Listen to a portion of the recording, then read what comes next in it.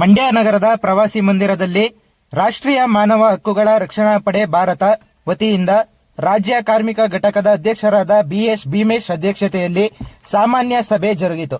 ಸಭೆಯಲ್ಲಿ ರಾಷ್ಟ್ರೀಯ ಉಪಾಧ್ಯಕ್ಷರಾದ ಶ್ರೀನಿವಾಸ್, ರಾಜ್ಯ ಮಹಿಳಾ ಅಧ್ಯಕ್ಷರಾದ ಮಮತಾ, ಮಾಧ್ಯಮ ರಾಜ್ಯಾಧ್ಯಕ್ಷರಾದ ಅನಿಲ್ ಕುಮಾರ್ ಕೆಟಿ, ನಾಗೇಶ್ ಅಳಗೂರು, ಕಾಳೇನಹಳ್ಳಿ ರಮೇಶ್, ಅಂದಾಣಿ, ಮಂಗಳಗೌಡ, ರಾಧಾಮಣಿ, ಭವ್ಯ, ಹೇಮಂತ್, ಮಹೇಂದ್ರ, ಶಾಂತರಾಜು ಸೇರಿದಂತೆ ಇತರರು ಹಾಜರಿದ್ದರು.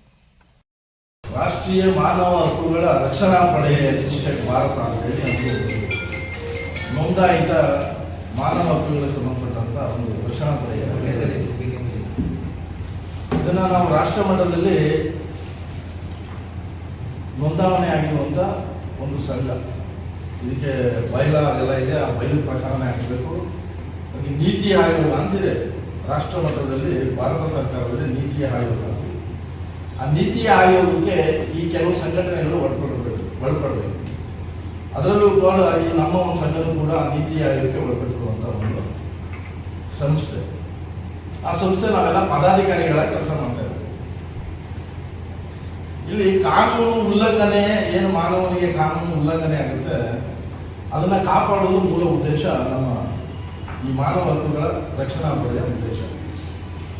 ಹಾಗಾಗಿ ಇದರಲ್ಲಿ ಏನೇನು ಅಂಶಗಳು ಗೊತ್ತಾಗ ಅಂತಂದ್ರೆ ಒಂದು 10 ಅಂಶಗಳನ್ನು ನಮ್ಮ ಗಮನಕ್ಕೆ ಬಯಸ್ತೀವಿ. ಇದನ್ನ ನಮ್ಮ ಅಧ್ಯಕ್ಷರಾದ ಚಂದ್ರು ಅಂತೇಳಿ CS ಚಂದ್ರು ಅಂತೇಳಿ ಅಧ್ಯಕ್ಷರೇ ಕೆಲಸ ಮಾಡ್ತಾ ಇದ್ದಾರೆ. ನಾವೆಲ್ಲ ಉಪಾಧ್ಯಕ್ಷರು, ಪ್ರಧಾನ ಕಾರ್ಯದರ್ಶಿಗಳಿದ್ದಾರೆ. ಹಲವಾರು ಮಾಧ್ಯಮ ಅಧ್ಯಕ್ಷರುಗಳು, ರಾಜ್ಯ ಅಧ್ಯಕ್ಷರುಗಳು, ಜಿಲ್ಲಾ ಅಧ್ಯಕ್ಷರುಗಳು, ತಾಲೂಕು ಅಧ್ಯಕ್ಷರುಗಳು ಇದನ್ನು ಕಮಿಟಿ ಮಾಡಿ ಕೆಲಸ ಮಾಡ್ತಾ ಇದ್ದಾರೆ. ಇದು ಮೂಲ ಉದ್ದೇಶ ಏನಂದ್ರೆ ನಮ್ಮ ಸ್ವಂತ ದುಡ್ಡಲ್ಲಿ ಈ ಕೆಲಸ ಮಾಡಬೇಕಾದಂತ ಒಂದು ಸಂಸ್ಥೆ. ನಾವು ಇದರಲ್ಲಿ ಆದಾಯನ ನಿರೀಕ್ಷೆ ಮಾಡಿ ನಮಗೆ ವೃತ್ತಿ ಜೀವನದ ಏನೋ ಅನುಕೂಲ ಆಯ್ತದೆ ಅಂತ ಉದ್ದೇಶ ಇದ್ರೆ ನಾವು ಬರೋಕ್ಕಾಗೋದಿಲ್ಲ. ನಮಗೆ ಸಮಯ ಸಿಕ್ಕಿದಾಗ ಕಾನೂನು ತೊಡಕುಗಳಲ್ಲಿ ಮಾನವನಿಗೆ ತೊಂದರೆ ಆಗ್ತಾ ಇದೆ, ಅದನ್ನ ನಿವಾರಿಸೋದಕ್ಕೆ ನನ್ನ ಕೈಲಾದಂತ ಸಹಾಯನ ನಾನು ಮಾಡಬೇಕು ಈ ಸಮಾಜಕ್ಕೆ ಅಂತ ಇರುವಂತ ಮೂಲ ವ್ಯಕ್ತಿಗೆ ಈ ಒಂದು ಸಂಸ್ಥೆ ಸಹಕಾರಿಯಾಗಿದೆ.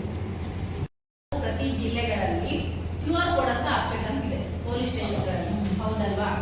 ಅದನ್ನ ನಮ್ಮ ಸಂಘಟನೆಗಳಿಂದ ಅದು ಮೊದಲನೇದಾಗಿ ಜಾರಿಗೆ ಬರಲೇಬೇಕು.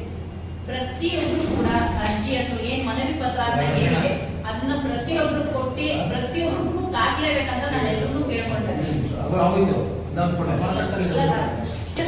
ಜನಸಾಮಾನ್ಯರಿಗೆ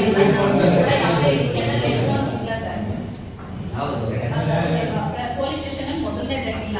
ಈಗ ಹೋಗಿತ್ತು ಅಂತಂದ್ರೆ ಅವ್ರಿಗೆ ಸೀನಿಯರ್ಸ್ ಹೇಳಿದ್ರು ಪ್ರತಿಯೊಂದಕ್ಕೂ ಅರ್ಜಿ ಕೊಡಿ, ಲೆಟರ್ ಕೊಡಿ, ಮನವಿ ಪತ್ರ ಕೊಡಿ, ರಿಕ್ವೆಸ್ಟ್ ಕೊಡಿ ಅಂತ ಹೇಳಿ.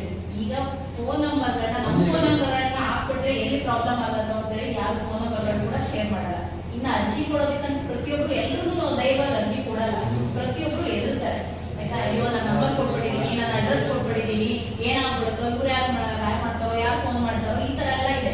ಜನಸಾಮಾನ್ಯಗಳಂತೂ ಇಲ್ವೇ ಇಲ್ಲ. ಹಾಗಾಗಿ ಪ್ರತಿಯೊಬ್ರು ಪ್ರತಿ ತಾಲೂಕು, ಪ್ರತಿ ಜಿಲ್ಲೆ, ಪ್ರತಿ ಸ್ಟೇಷನ್ಗಳಲ್ಲೂ QR ಕೋಡ್ ಹಾಕ್ಲೇಬೇಕು. ನಮ್ಮ ರಾಷ್ಟ್ರೀಯ ಮಾನವ ಹಕ್ಕುಗಳ ಕಡೆಯಿಂದ ಇದು ಆಗ್ಲೇಬೇಕಂತೇಳಿ ಮಾಡ್ಬೇಕಂತೇಳಿ ನಾ ಇದನ್ನು ಕೇಳ್ಕೊಳ್ತೇನೆ. ಮೊದಲನೇದಾಗಿ ಅರ್ಜಿ ಕೊಡುವಂತದ್ದು ಪ್ರತಿಯೊಬ್ರು ಶೇರ್ ಮಾಡಲೇಬೇಕು ಗ್ರೂಪ್ಗೆ.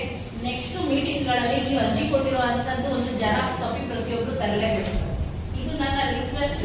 ಯಾಕಂದ್ರೆ ನಾನು ಸಫರ್ ಮಾಡಿರುವಂತದ್ದು, ನಾನು ನೋಡಿರುವಂತದ್ದು. ಇನ್ನು ಮಿಕ್ತವ್ರಿಗೆಲ್ಲ ಇದೆ, ನಾನು ನಿಜವಾಗ್ಲೂ ನಿಭಾಯಿಸ್ತೀನಿ. ನಾನೇ ನಿಭಾಯಿಸಕ್ಕಾಗ್ತಿಲ್ಲ ಅಂದ್ರೆ ಮಿಕ್ತವರೆಲ್ಲ ಏನ್ ಮಾಡ್ತಾ ಇದ್ದಾರೆ?